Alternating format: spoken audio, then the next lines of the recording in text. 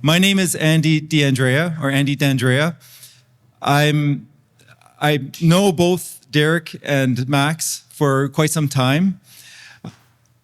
I originally got into politics because I saw Derek asking for volunteers. It was during the pandemic, and a lot of people were getting together and saying, this is crazy. And that's when I first started. And then I continued and learned about Max and the People's Party on the national scale, and ran in the last 2025 elections there. I'm going to keep it short now because we don't have much time with Max. Max has to go to another event in the city here, taking advantage of that he's here in Toronto. But I really want to first say I appreciate all of you for coming out today. You know, this movement is basically a people's movement, a popular movement where we depend on everyone to come and help out and be part of, volunteering.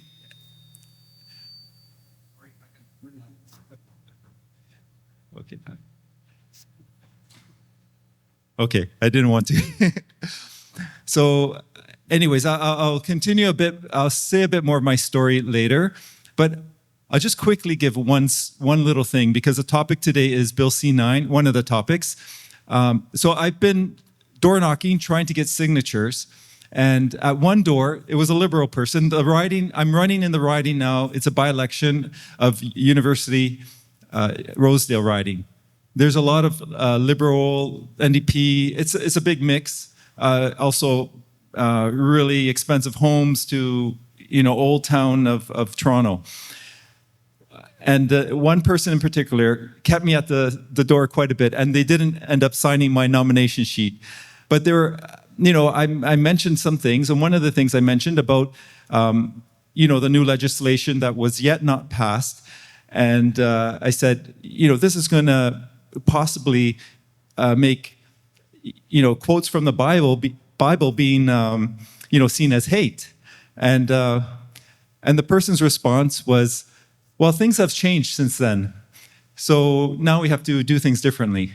So what I'm saying is, there are people who are convinced or think that what the government is doing is right, and it's up to all of us to, stand our ground. And I'm hoping with Max and Derek here, we can get some ideas. And there's a lot that needs to be worked on. And anyways, I first want to introduce Derek to come up. Derek, you want to come up?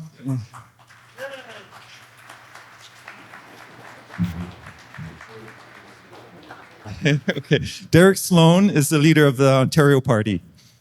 Okay. Thank you so much for coming tonight. Really happy to be here. And really happy to have Maxime Bernier joining us. It's great to get together. It's not the first time we've been together, and it probably won't be the last. Andy was a great candidate for us twice in the Ontario Party. Excited to see him running as well for the PPC right now, and wishing him all the best in that. And glad to see that it's not the easiest riding that you're running in, but I'm glad that you're giving it a good shot. And really excited to be here tonight. And thank you so much for showing up. It's a lot of people have better things to do on a Saturday evening, but there's no place I'd rather be, because there's some problems going on in this province. There's some problems going on in this country. And we have an exciting schedule for you tonight. We have 3 exciting speakers. Maxime has to go a little bit early, but we'll have time for questions, and we'll have time for mingling afterwards. So, to accommodate Max and make sure he has plenty of time, I'm just going to do a little bit of an introduction of Max. My name is Derek Sloan, and I'm the leader of the Ontario Party.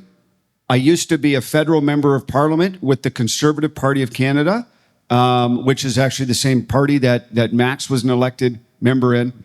And I was ejected from that party for being too vocal about issues that were going on in this country, because some parties just kind of want to not ruffle any feathers. They just want to kind of slide through and do, not cause any trouble. But we live in a time where we need leaders that are willing to speak up and leaders that are willing to be counted and willing to tell the truth. And so Maxime is one of those leaders, and I'm proud that he's here to be with us today. Maxime is the leader of the People's Party of Canada. They have run multiple nationwide federal elections. They have candidates all over the country. And, you know, it's funny, in my work, a lot of times I run into PPC supporters. And in fact, there's a lot of Ontario Party supporters who are PPC supporters, and there's a lot of PPC supporters who are Ontario Party supporters. And there's a lot of candidates that have ran for both parties. So it's exciting to see Max here with us tonight. Maxime and I have known each other for many years. I think at least 6 years, I would say personally, possibly more than that.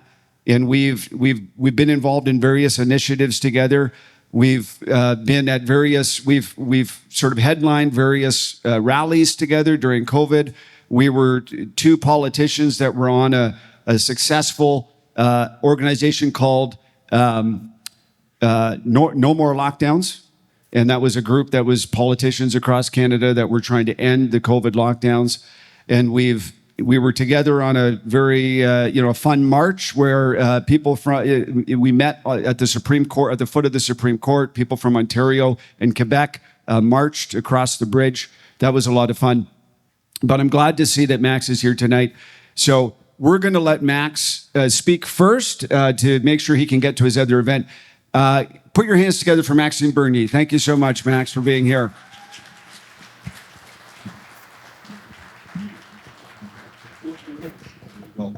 Thank you, Derek.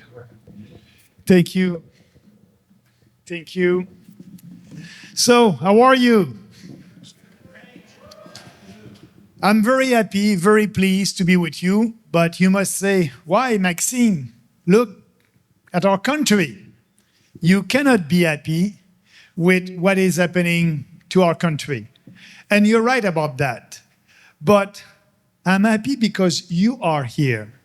And because, our message is very powerful. Why I'm telling you that? Because each time we are putting out there a press release about our ideas, the mainstream media will ignore us. It's like we don't exist. And why are they doing that? It's because deeply they know that our message is very powerful. And if more people can have an opportunity to listen to our message of freedom, personal responsibility, respect, and fairness, we as a party, as a movement, we will grow faster. So our challenge all across the country is to be out there. And I'm very pleased that we have candidates all across the country at the last elections who were like you. Some people, I was doing an interview during the last campaign and they said, oh, Maxime, you're a candidate. You don't have a star candidate. I said, what do you mean? The journalist said, you have an ordinary Canadian, but you don't have a star candidate. I said, no, sorry. They're not ordinary Canadian. They are extraordinary Canadians because they're fighting for what they believe. And we don't want career politicians.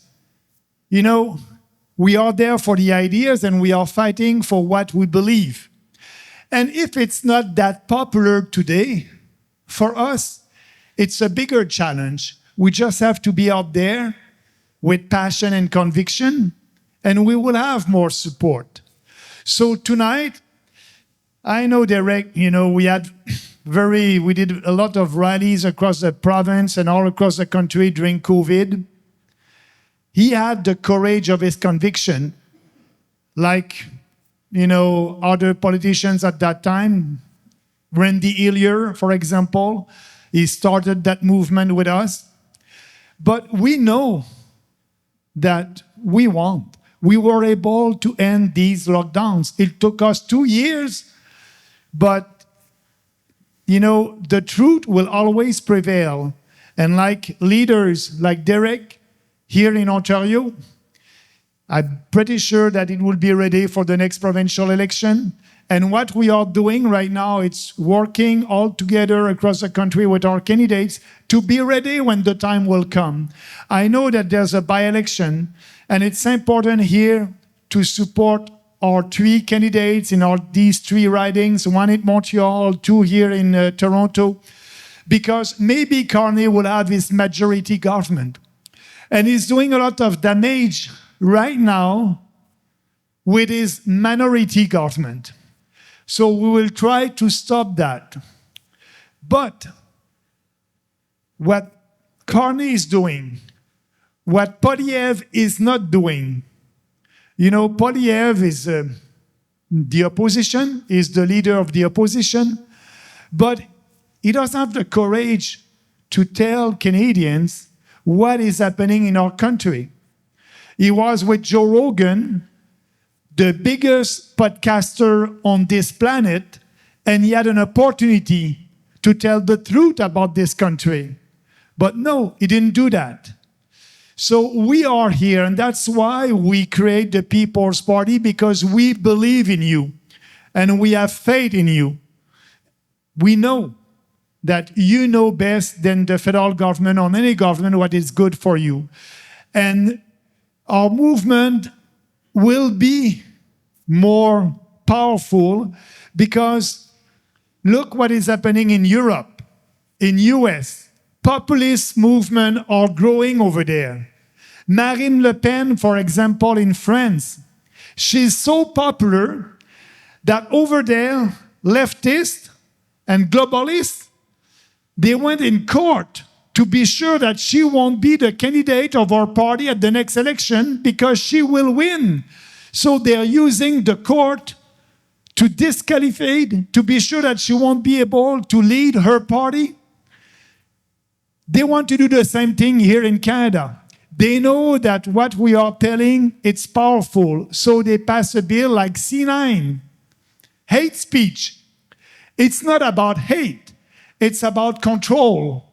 It's about being sure that you won't be able to express what you believe on social media.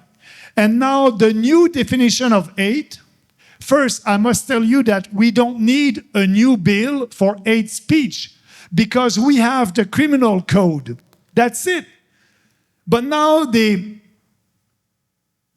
give us a new definition of hate.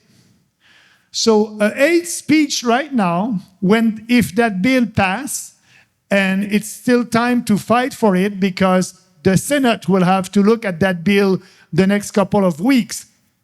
But if that bill passed, what will be the new definition of hate? If you're saying something and the person in front of you don't like, she has bad feeling about what you are saying, she can go to the police and complain about you. And that will be the new reality, like in UK. If you write something on social media and somebody don't like it and you are offending somebody, that will be hate speech. So it's a way to try to control us. And I can tell you, if that bill passes, we will do like we did during COVID-19. We won't comply. We will tell the truth about our country. We will have the courage to be out there and tell you and tell our Canadians that the woke ideology, the globalist ideology, they are destroying our country. Not only economically, with huge deficit, inflation, but socially, culturally. They want to be sure that we don't exist as Canadians. We don't have our own culture. And now with multiculturalism, with mass immigration, with the woke ideology, the cult of death in our country, the conservative and the liberals, they are looking to not only have a big definition of hate, but also being sure that they can kill Canadians with MAID. It's sad that now in our society, if you go to the hospital, if you want to have medical assistance, they may come to you and say, yeah, I can help you, but also I can kill you. That's happening. That's happening everywhere in this country. We need to change that. It's a cultural revolution that we need to do in our country. It's not just about economic. It's about our cultural existence as individual. And speaking about MAID, it's happening everywhere. You know, they are promoting that. And I have an anecdote about that, a personal anecdote. I'm 63 years old. I have a friend in Beauce, in Quebec, 63 years old, my age. I went to school with him, and he had cancer, terminal cancer, a year ago. And he went to an hospital in Quebec, and the nurse and the doctor said, we cannot do nothing, but we can kill you. They were proposing MAID to him, and his wife and Alexandre said no. They left the hospital, and he took his car. He went to Boston, and good for him, he had the money for that. And yesterday, he was playing hockey. That's the reality. So it's happening everywhere. And they're telling our kids that maybe you're a little girl, maybe you're playing with trucks, maybe you're a boy, and we won't tell your parents that you want to be called John, but we'll call you John at the school. Can you believe they think that there's more than two sexes? That's a sick society, and we are living in a sick society right now. But more people like you, I need you, and Derek need you. Because alone, we won't go nowhere. There's no future if you're not there. And that's why I'm in politics, because I have two daughters, 23 and 27 years old, and I want a better future for them. But we can change that together. We can offer a better future to our children and grandchildren. Now they cannot buy a house, and because they cannot buy a house, they won't have children. I know my personal experience when I was younger. I said to my wife, we were living in an apartment, and we said, we will have kids when we'll have a home. And we were able to afford a home in Montreal, and after that, we had kids. The young generation today, they are thinking like that. But because of mass immigration, we have more people coming here, and all these people need a roof. So, and we are not able to go ahead with the demand. The demand is very high, and the supply is very low, so prices is going up. Young couples cannot buy a house, and they don't have kids. But because they don't have kids, we will have more people in Canada because our population is older. That's not the solution. The solution for the housing crisis is to stop mass immigration and not building houses for these immigrants. That's what they're doing. So our job, for me and for the party, is to give a better future to the young generation. I want them to be able to have what I had when I was younger. So let's cut the federal government. Let's give more money in their pockets. Let's be sure that we will have people that will come here and share our values. You know, a journalist told me in French in Montreal, I did an interview, I think, during the election, and Bernier, why are you against immigrants? And why, you are proposing ending mass immigration? I say, why are you asking? But Mr. Bernier, it's a little bit racist, that politics. I said, no, because I don't want to have racist people coming to our country. because all cultures are not equal. So if you have people coming from the third world, you will become a third world country. And you can see that in the street. They are fighting against each other here in Ontario, in Montreal. They don't want to integrate into our society. And so with Bill C9, if I'm speaking like that, maybe somebody will complain and say Bernier doesn't have the right to speak like that. And that happened before the Bill C9. During the day for the indigenous people, they have a day now. And I said during that day, I tweeted during that day, that all the graves that were supposed to be at Kamloops did not exist. And I said, and I told the truth at that day, the day of the celebration of the indigenous people in Canada. And a chief in BC, I don't remember her name, she complained to the police because of my tweet. But I didn't have the police at my door because Bill C9 was not in force. But if Bill C9 is in force, that will be the society that we will have. So that's why we will need the courage to be out there and tell the truth, because they're afraid of the truth. And they try to silence us. So I believe that we'll be able to do like we did during COVID-19. It took us 2 years. And when the truckers said enough is enough, and we did that nice, peaceful protest in Ottawa, politicians look at the polls and they said, if we want to be reelected, we need to stop that. And a couple of weeks later, we regain our freedom. But on free speech, that's the basic of a democracy. We have free speech to protect the speech that we don't like. Because maybe a day what we will say, it's something that the other person doesn't like. That's why we have free speech. And that's the basic of a democracy. If you cannot debate and tell what you believe and your vision for this country, there's no democracy. And that's why the media and people are doing, and the mainstream media is doing here. At every election, I'm supposed to be participating in the national debates against this leader on TV.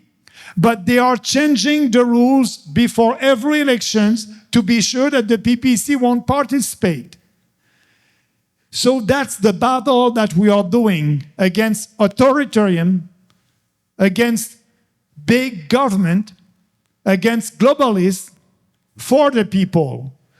And I'm very pleased that you are here, and I'm very pleased that you have that opportunity also in Ontario to support the Ontario Party. Because, Derek, it's about you, it's about your freedom, your faith, and family. And we believe in that. If we don't have a strong family, you cannot have a strong country.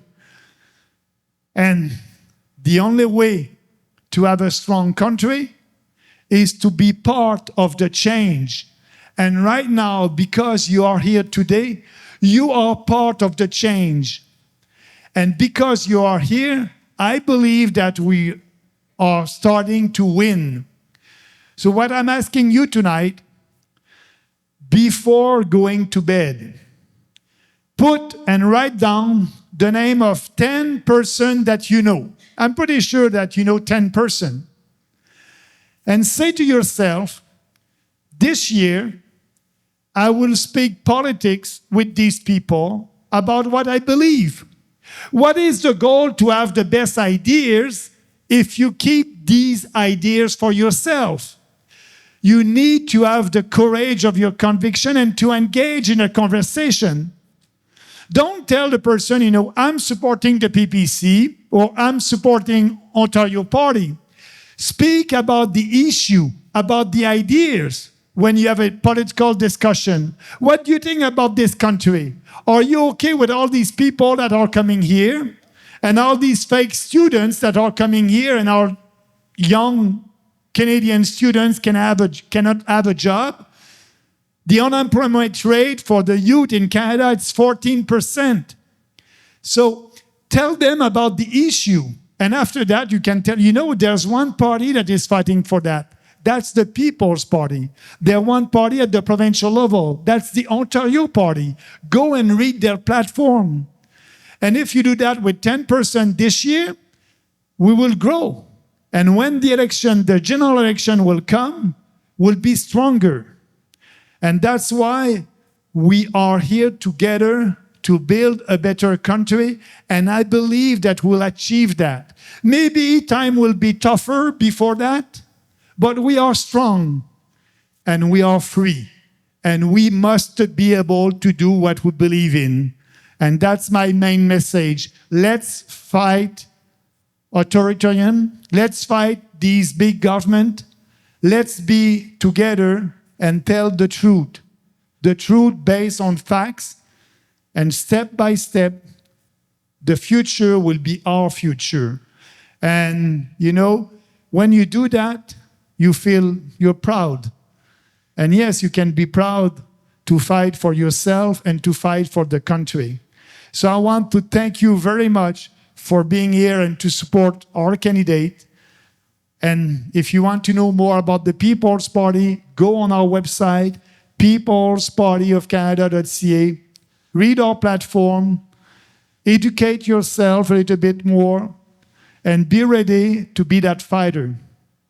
We need you, and I believe that you need us also.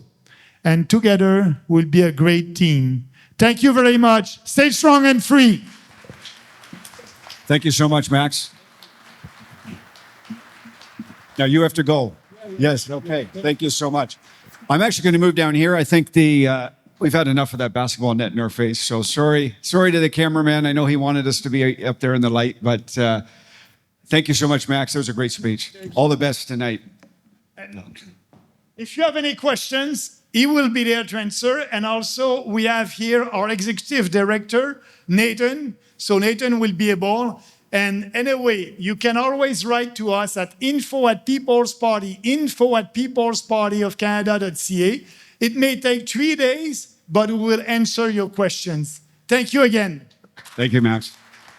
Okay, well, that was great. We're going to get Andy to actually give his talk now, and then we're going to get Nathan to come up in a couple minutes to talk about the by-elections that are going on, and then after that, I'll say a few words. So go ahead. Thank you so much, Andy. Maybe I can just switch it up. Nathan, do you want to come say just a couple words on the by-election? Because that'll speak a bit of what I'm doing now. Sure thing. Thanks, Andy. And thanks, as Max said, thanks to all of you for being here today. My name's Nathan McMillan. I'm the Executive Director of the People's Party of Canada. People say, what does an Executive Director do? My job is to help guys like Andy, help our teams on the ground, help volunteers actually realize change at the ballot box. So many Canadians, they're starting to wake up. They're starting to feel disenfranchised with the way our political system is working. And that's the first step. It's, as Max said, talking to people, talking about the issues, waking people up so they don't feel alone. So people can say, you know what? Why can't my kid get a job at Tim Hortons? Why are we bringing in temporary foreign workers when there's not enough housing or healthcare or, a variety of resources? People start questioning and then they start looking for answers. And so conversations are the first step that people need to take. The next step after you've had those conversations, after you have started to get informed, is to find like-minded individuals. And, I got to commend everyone here tonight. You guys are in that group. You understand the trajectory that this country is on, the way that our country is moving and largely in the wrong direction on a variety of different issues. We can see it when you go to the grocery store and food prices are out of control. Politicians talk about, hey, we got to do something about food prices, and they start pointing fingers at grocery chains. And I heard the city of Toronto just passed, they're going to have city-mandated grocery stores. They passed that yesterday. They start coming up with solutions instead of actually looking at the problems that are creating this. And in our view, one of those is supply management. If anybody's heard of that issue, basically, it's a law that ensures that the cost of food stays high so that we can enrich big dairy producers, so we can enrich big, well-lobbied, moneyed interests on the backs and at the expense of everyday Canadians. That's just one issue. Max talked about immigration. We're talking about DEI, how teachers are telling your kids that maybe your child's born in the wrong body. They're telling your kids this. And then worse, they're saying, don't tell your parents what's going on in the classroom. That is absolutely egregious. And so when people hear these things, they say, I got to do something about this. How can I get involved? The way we affect change is electorally. Talking to neighbors is good. Organizing, having events and rallies, those are good too.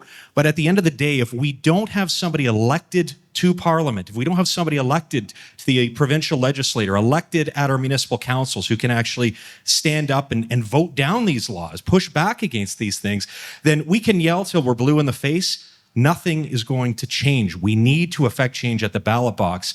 And so that's what my job is, to help make sure that that's a reality. But I can't do it alone. Max can't do it alone. Derek can't do it alone. And certainly Andy can't do it alone. Politics is a team sport. And if we want to see success, we need to work together. And so, thank you. And so my question to you is, if you can get involved, we need everything from, people going door to door, leaving flyers, talking to neighbors, hosting events.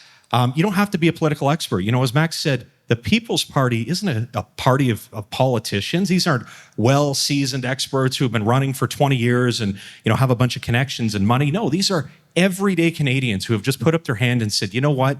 Enough is enough. I'm going to be the change that I want to see in our community. And so if you are able to help out even, for an hour, we need that, particularly right now. We're in the middle of the federal by-election, as Max said, in 3 ridings, 2 here in Toronto, and of course, with Andy in University of Rosedale. He needs help. We had a great team. I think we had about 50 people out today in the morning and in the afternoon helping out with the 2 candidates.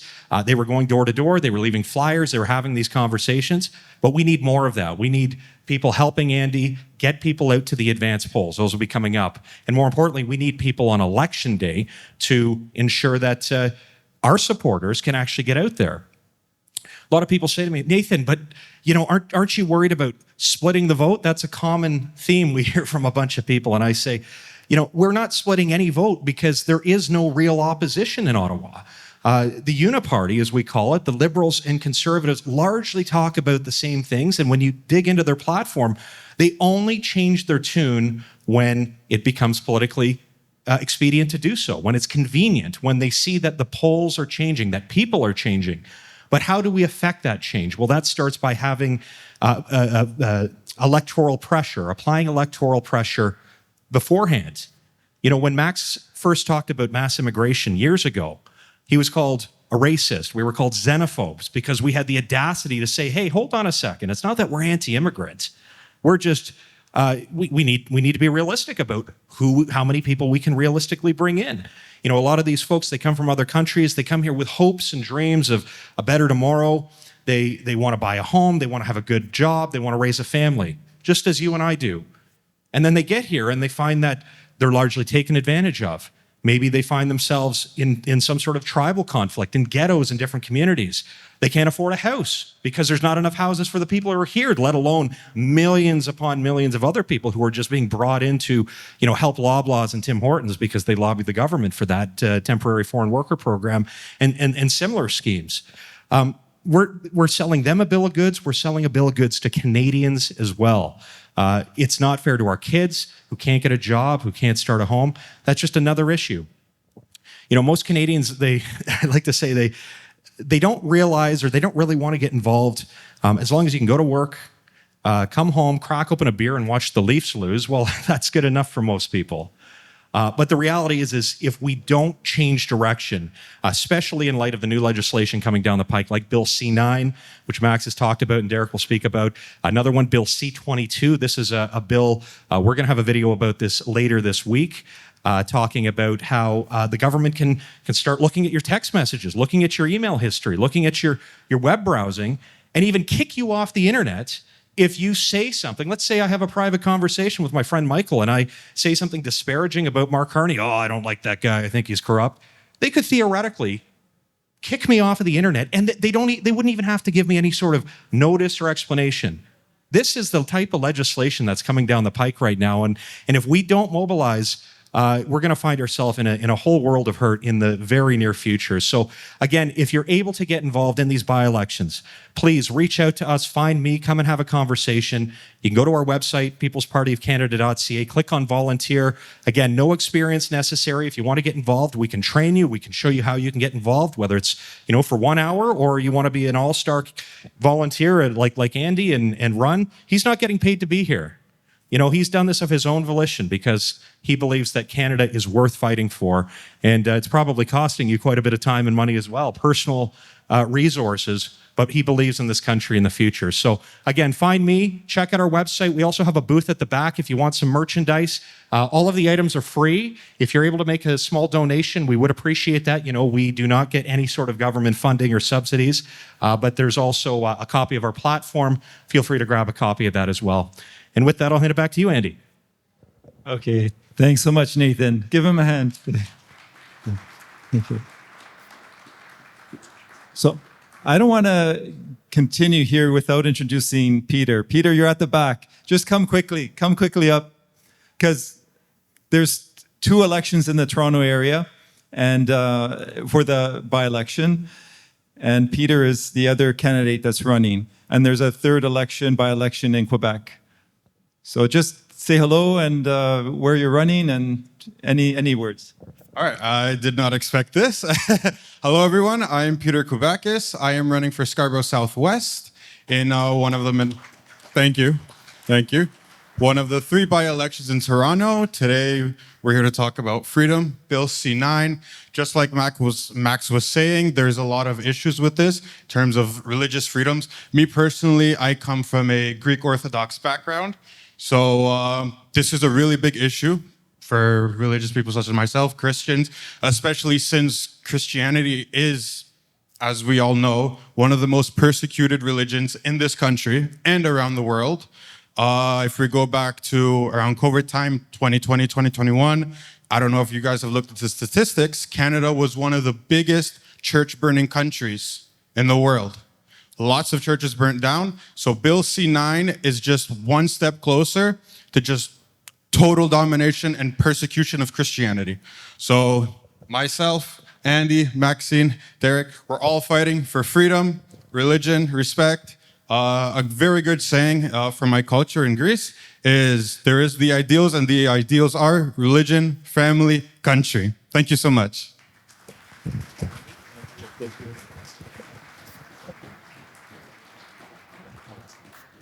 All right, thanks, Peter.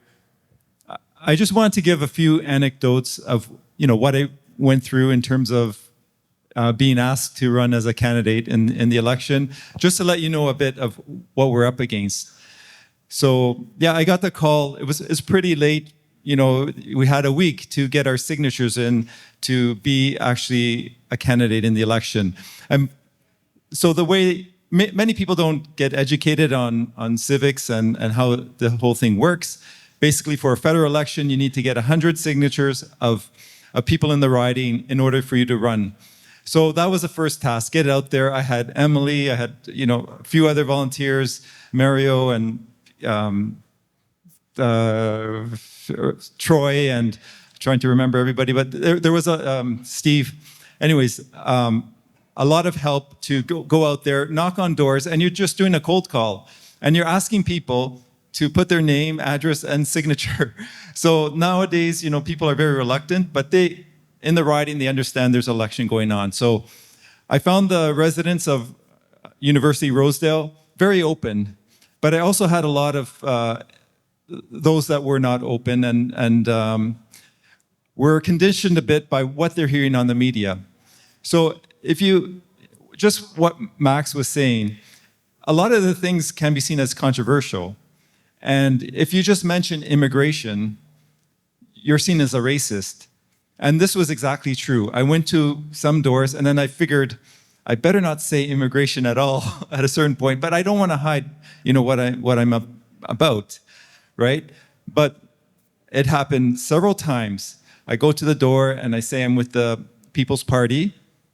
Oh, Maxime Bernier, you're a fascist. I've been even called a communist. So a racist, communist, fascist. So I'm saying it's not the majority, but there are those people who I say have been conditioned, or they have an emotional, cue that when they hear something, they'll react right away. There was one house where the person was about to sign, and then I just mentioned, they asked about the housing issue. How do you recommend to reduce or have people, be able to afford houses or even have a place to rent? And so as soon as I mentioned immigration, it was like a switch, and she go out.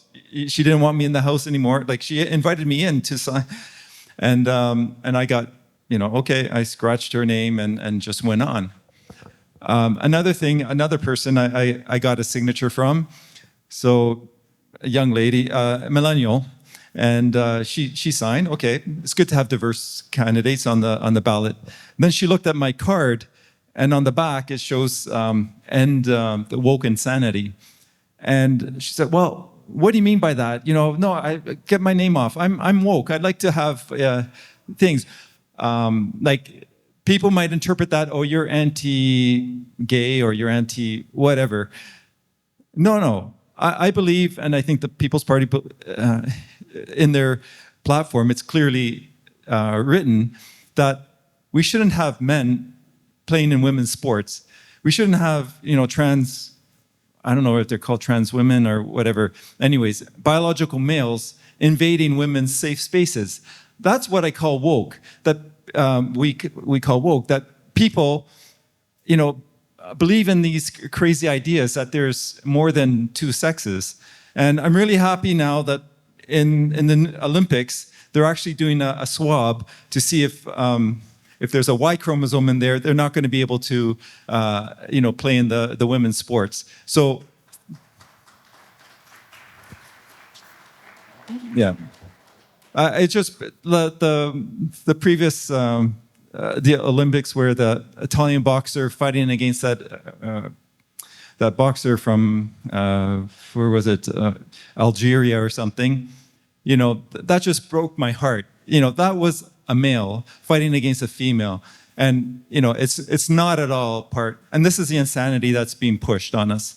So another anecdote I want to say, because the People's Party brings a lot of innovative ideas, and these ideas are not going out because we're being blocked. Because there's big business, big same thing that he did in the 2025 election. He picks the shortest period possible, and he picked the start date so that early voting is going to happen on the Easter weekend, and it's also Passover. So the most holiest weekend for Christians. And also for the Jewish people, that you're there with your family. That's when they've opened up the polls for 4 days of early voting, and so that makes it very difficult for us to actually go and campaign. Even tomorrow is Palm Sunday. You don't want to be out there telling people, please vote for Andy. So I have basically 4 days left until Good Friday, to go out there and talk to as many people as possible. And I'm going to be doing that. But the more volunteers there with me, the better, and the more people we can cover. So, you have a question?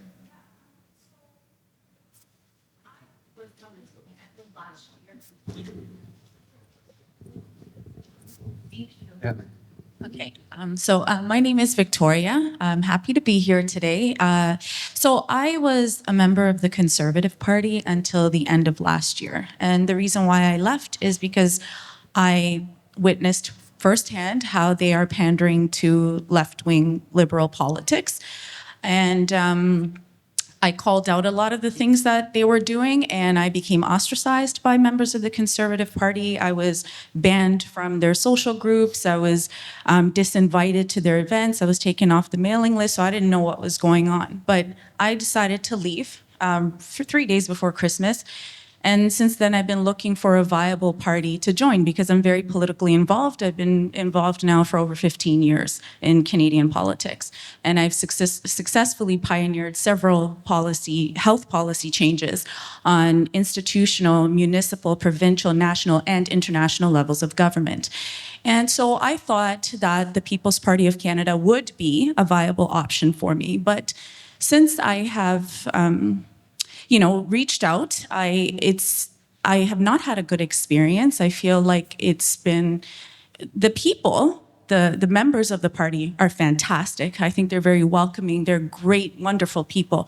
I just feel like the leadership lacks the organization and professionalism necessary to earn credibility with the Canadian populace.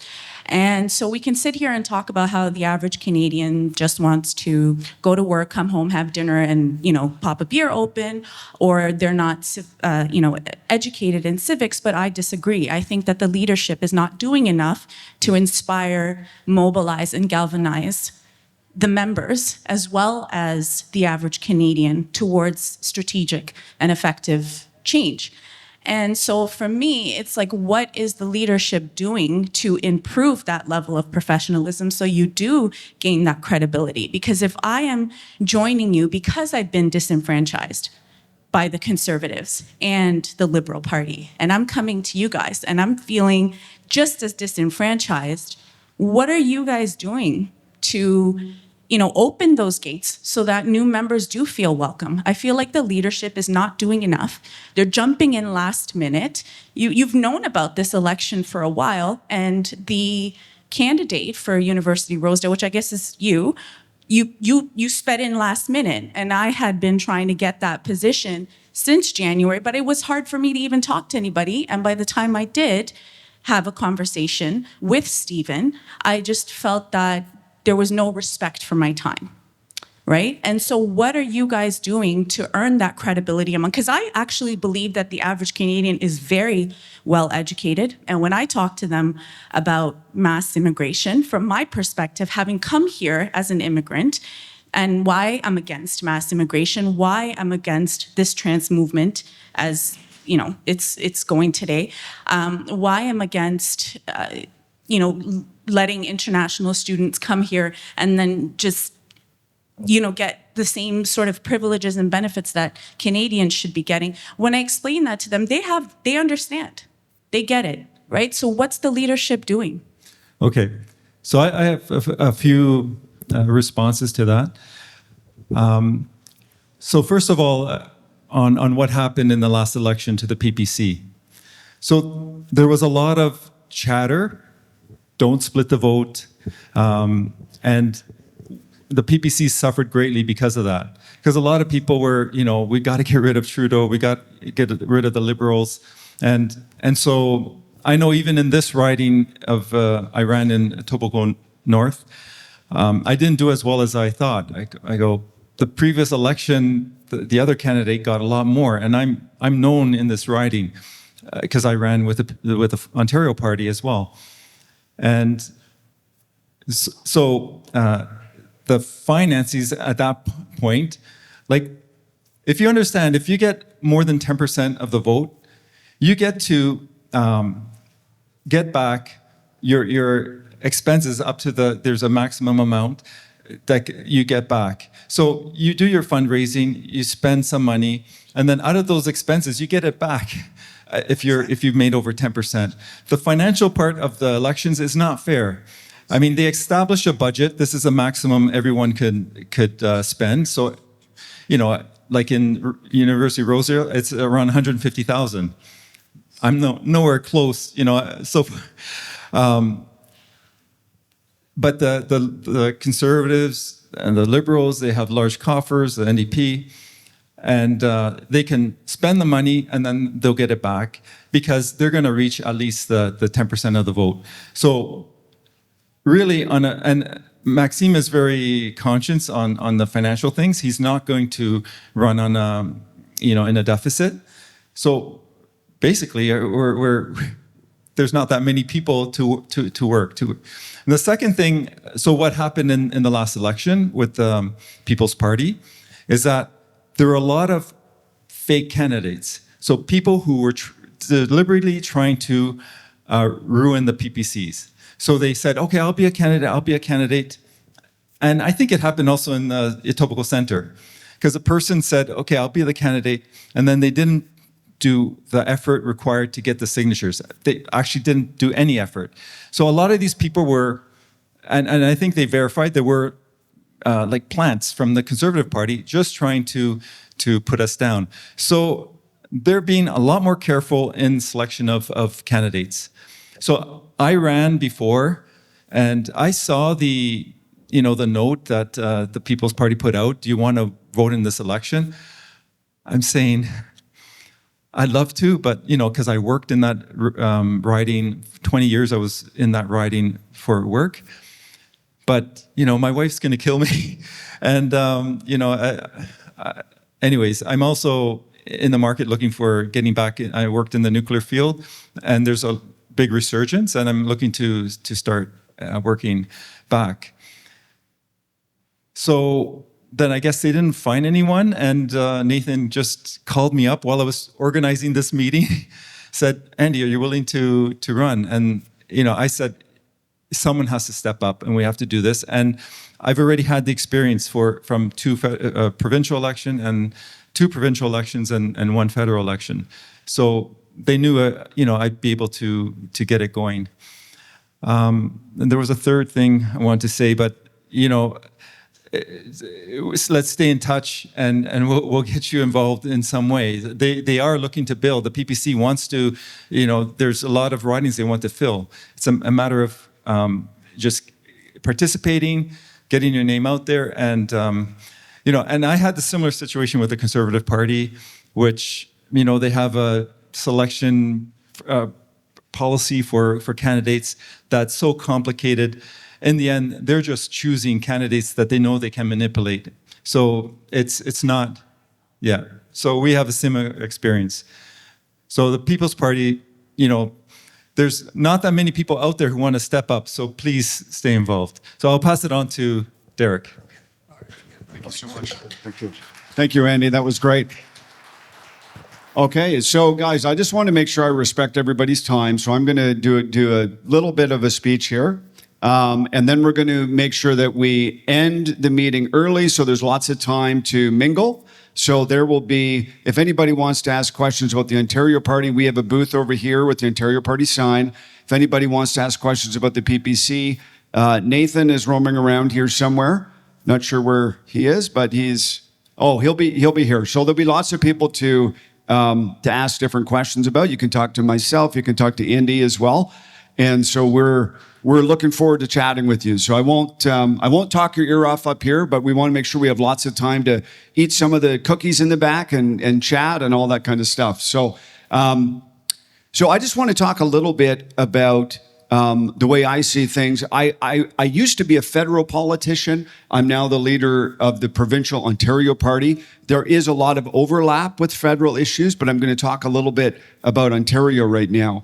And the provinces, believe it or not, actually have a lot of power to make Canada better, but they don't exercise it. And they've ceded a lot of power to the federal government over the years, and they kind of blame the federal government for things that are going wrong. They say, well, the federal government isn't giving us enough money. But the province has a lot of authority over the very issues that we're talking about today, and they don't exercise it. They have control over education. They actually constitutionally have joint control or co-jurisdiction over immigration. They have, in their education authority, they have complete control over which students are coming in as foreign students. So a lot of issues that people think are just the federal government's issue are also a provincial issue. And what we've seen in Ontario for the last several years, decades actually, is that things keep getting worse. So whether it's people obviously, does anybody here remember Kathleen Wynne? Yeah. Now, Kathleen Wynne ruined the provincial Liberal brand for a generation. And it won't recover in I don't know, for at least a decade.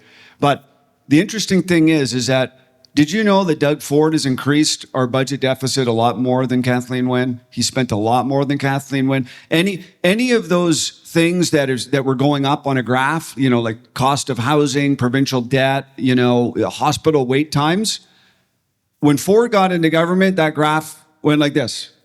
So he hasn't improved any of those issues. Now, I'm sure he's trying, but the idea that, you know, Doug Ford doesn't spend as much as Kathleen Wynne or whatever, it's all in the brand. It's not in the actual numbers of what's happening. So what we've seen in Ontario is a spike in crime. We've seen a spike in our debt and spending. We've seen a deterioration in our health care that we provide. We're seeing a rapid increase in the cost of living and housing, and a rapid increase in fraud that's being perpetrated against our system, whether in immigration or foreign students and things like this. And only recently have steps been implemented to sort of scale that back, but much more needs to be done. The Ontario Party has been very clear on our focus on these issues. We've been very clear on the immigration issue. We've been very clear on the education issue. A lot of the indoctrination that we're seeing, yes, it doesn't help that we used to have a prime minister that used to, you know, spout off these things, but it's the provinces that are actually in charge of what's being taught our kids in the education system. And the Ontario Party has a platform to get the indoctrination out of our schools. Thank you. And we have a plan to get our foreign student numbers under control, get our education under control, get our housing costs and our cost of living under control, and to work to increase the sovereignty of Ontario as a province. The provinces were independent colonies, independent countries, so to speak, prior to federation, with all that power that they ceded some of that voluntarily to the union, but they have a lot of power that they refuse to exercise. And so we're going to be sure as a province that we're not just asking Ottawa for money. We're going to say, no, you keep your money. We're going to raise our own money. We're going to have control over our healthcare. We're going to have control over our education. We're going to have control over our policing. We're going to make sure that Ontario is the best place to live. Now, the funny thing is that, you know, back when I was getting out of high school a little while ago, you'd see a lot of articles like in Maclean's and stuff where they would like compare us to the United States, and they would kind of, you know, pat themselves on the back and be like, you know, like on a lot of metrics, we're doing better than the States. And like they'd have some interviews with people from the States who want to move up to Canada and that kind of a thing. Well, our standard of living versus the States has basically plummeted during that time. And if you take a look at Ontario, and Ontario is actually doing better than other provinces in Canada, but we are, if you compare us to states, we would be like one of the poorest states in the United States. Like we're coming in around like Mississippi and states like that. And that's not good considering that we are the economic and manufacturing heartland of Canada, right? We're the biggest province by population, the biggest economy, and yet our relative standard of living is declining. And that's because we're not, many things that we're not doing properly, and we're not moving forward. We live on platitudes, and our leaders are just spewing platitudes. They're spewing feel-good phrases that are not actually increasing our ability to provide a future for our children here in this province. So we need to look at the stats as they stand. We need to work to make this province a better place. And a lot of the things that they've been doing are solutions that sound good, but don't do anything. Like when you bring in a ton of people, like through the immigration system, it does boost the economy in a short-term way. It does increase your overall GDP. It does provide a whole bunch of people who need to buy things, so it boosts certain industries. It's kind of like, when you get up in the morning and you're out really late last night and you need to get some things done, so you chug a Red Bull or something, right? Like it works, but it doesn't work forever, right? Like you can't just live on Red Bull. And there's been they've been artificially stimulating our economy and certain industries for decades, and our housing industry and that kind of a thing. And now everything's out of whack. Things are out of joint. We have way too many people, and our services are suffering. So we need to make sure that we get these things under control. The current leadership, federally and provincially, doesn't have the stomach to do it. They don't have the guts to do it. And it's time that we stood up and took Ontario back for ourselves and for our children.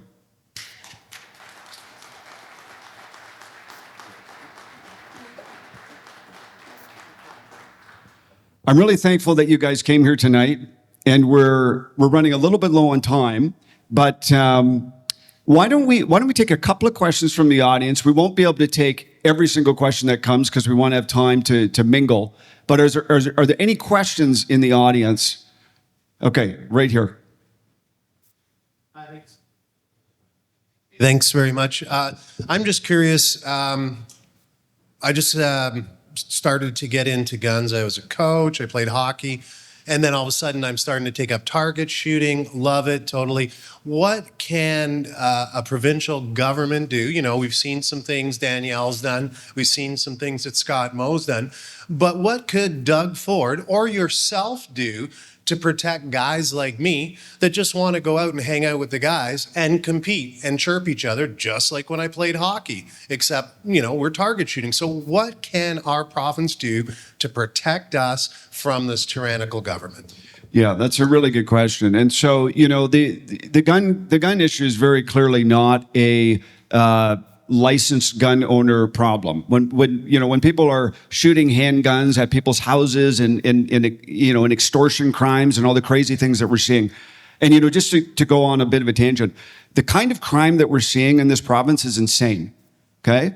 And yes, the numbers are up, but just the types of crime that we're seeing. Like, we weren't seeing organized gangs of people who are being paid to terrorize other people and shoot guns at their house and try and firebomb their vehicles in the middle of the day. Like, that's not something, like, that was like a once every 3 year thing that we would see before. And now we're seeing this kind of thing on like a weekly basis. We're seeing people emptying clips, emptying a magazine of bullets as they're driving by in daylight in people's neighborhoods, while videoing it and putting it on Twitter, on TikTok. I just saw this video recently. Of someone with a pump action. I don't know if it was a shotgun or what it was, shooting at somebody's house in the middle of the day. And this is the kind of, you know, and then they want to take away guns from this gentleman here and convince you that that's going to solve that problem. I'm assuming you weren't that guy that was videoing yourself on TikTok with a mask with your buddies a few days ago. Absolutely not. Yeah. Paper. And, you know, so let me say this. So from a provincial perspective, there's a lot of things you can do. Probably the easiest thing that you can do is you just tell the police, that's not our priority. We're not giving you any money to deal with that priority, because policing is entirely provincial. Okay? So we pay for, constitutionally, policing and the administration of justice is up to us. So we can tell the police that's not our concern. We can tell the prosecutors, you know, all the prosecutions that are going on, they go on under the auspices of the Ontario Ministry of Justice. So the feds make criminal law, but we enforce and prosecute it. So we can tell our prosecutors, listen, we're not concerned about that kind of crime. We're concerned about the guys that are shooting live ammunition at people's houses in the middle of the day. So we can say things like that, and we can say, listen, that's not in the public interest. Prosecutors drop charges all the time when they're not in the public interest or when there's no reasonable chance of conviction and things like this. So the province can say that, okay? And they can effectively make those laws unenforceable, and the government can decide if they want to, you know, bring in a specialized force or something, which they probably won't. We'll see what happens in Alberta. There are additional constitutional arguments that can be made, because remember, property rights are a provincial constitutional right as well. So Can there be some arguments made constitutionally? Can the province go to court and tie these laws up in court over constitutional questions? They can. So there's a lot that the province can do, and Danielle Smith is doing a lot of good things in that vein. Yeah, we good. However, in different perspective, it's not about the guns. I have a personal experience. One time, I was in LCBO for getting something for the family for an event, and then the lady, the clerk, pulled me off because somebody was getting everything he wanted, and he put it in the backpack. I said, what exactly just happened? She said, sorry that I pulled you just for safety. I said, I grew up in communist country, never ever that will let go and get away with it. Because it starts with little things. If it's like the same with the children at home. If you let go little things, mistakes, that you don't punish them for things that you told them over and over and over, they will escalate and they will do more. They will become criminals in a higher level, like killing somebody. So I think that's where we are going to start, to this little thing. Don't let people get away with little crimes, because they will become criminal of coming to your door. Yeah, that's a really good point. And, a lot of these companies have and I don't really even know why, but they have a policy where it's like, just let them steal. We don't want any trouble. They're filling up their backpack with hundreds of dollars worth of booze. Just let them go. And then I don't know if they call the police after, but it's disgusting.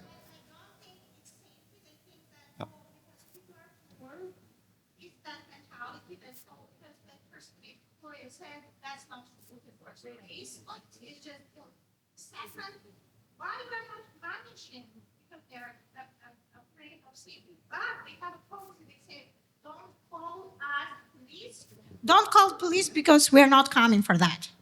Yeah, there's a lot of issues with that, and I think that Rudy Giuliani, when he was mayor of New York, had this broken windows policy where they were they cracked down on the small stuff, and they saw that it actually expanded to the big stuff too, because when you're dealing with people who are doing small stuff, some of those people are doing other stuff too. And so you're getting them off the street, you're dealing with them. And so we need to have a strict policy, a law and order approach. But there's also, frankly, there's a lot of mental illness out in the open. And there's a lot of people that need institutional help. Period. Okay? And our numbers of institutional beds are a fraction today of what they were several decades ago. And we need humane institutional care for some people, but we need it. And there's a lot of people who are out of their minds, basically, on drugs and other things that need institutional care, and that's a provincial responsibility. And that's something that we would do. Yeah.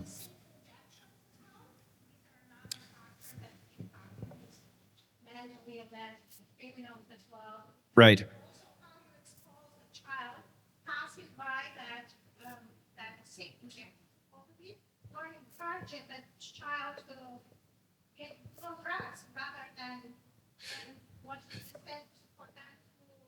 Yeah, no, it's a complete. There's so many things that are just being thrown at our kids that are destroying our society, right? It's so hard to get a job. The cost of housing is through the roof. For people who are, depressed or scared, they're giving you free drugs, right? They're shutting down during COVID. They were shutting down businesses. They were shutting down schools. When you do go to school, they teach you ideologies that confuse and depress you. And then if you make it through all of that and you're still hanging on, they'll offer you MAID to finish it off, if that's what you need. Okay. I just wanted to add one thing. So basically, from the PPC point of view, like Derek said, it's the federal government that creates the criminal law. And one of the things that a platform of the PPC is that castle law. So that people are able to defend themselves in their own home, in their own property. So if someone comes, yeah. So we've seen before, like the police say to just leave your keys at the door, and if you got a thief, they'll just take your car. But yeah, and like women, if they want to carry bear spray or pepper spray, it's actually not allowed. So that would be changed under a PPC government. So you know what? I see that question here. I think I'm going to end the meeting. You can come and ask me that after, because I want to make sure we have lots of time to mingle. I'm just going to point out a few things here before we close. So our table at the back over here that has the Ontario Party sign, if you want to know more about the Ontario Party, you can come to that table there. I have my autobiography that's for sale if you want to know a little bit more about me. We also are taking donations back there. So our party runs entirely on donations, just like the PPC. And there's actually some very generous tax rebates that the government will give you if you donate. And it's actually more generous than the federal credits. So that wasn't our choice, but this is the way it is. And so if you donate up to $500, you can actually get 75% of that back in your hand come tax time. Now, it'll be next tax time because we're in the new year, but they have some pretty generous tax credits that the government offers. So for anybody who is wanting to support our party, you can do so at the back table. We're able to take a credit card or check at the table. We'd also like to get your email, whether you want to donate or not. We'd like to get your email so we can communicate with you and tell you about great events like this that are upcoming and other things as well. And if you're interested in being a candidate or anything like that in a future election, you can let us know. But we want to get to know you. We want to get your email. We want to meet you. So thank you so much for coming tonight. We're really, really proud to have Andy with us and putting his neck on the line. We're proud to have Maxime Bernier here and all the supporters that are here tonight. So thank you so much for coming. We're going to get I was going to get Andy to open with prayer earlier, but he said, you know what, can I close with prayer? I said, absolutely, Andy, that's a great idea. So thank you guys so much. God bless you. God bless Canada. And I'm going to ask Andy to come up here just to close with a short prayer, and then we can eat some cookies and chat together.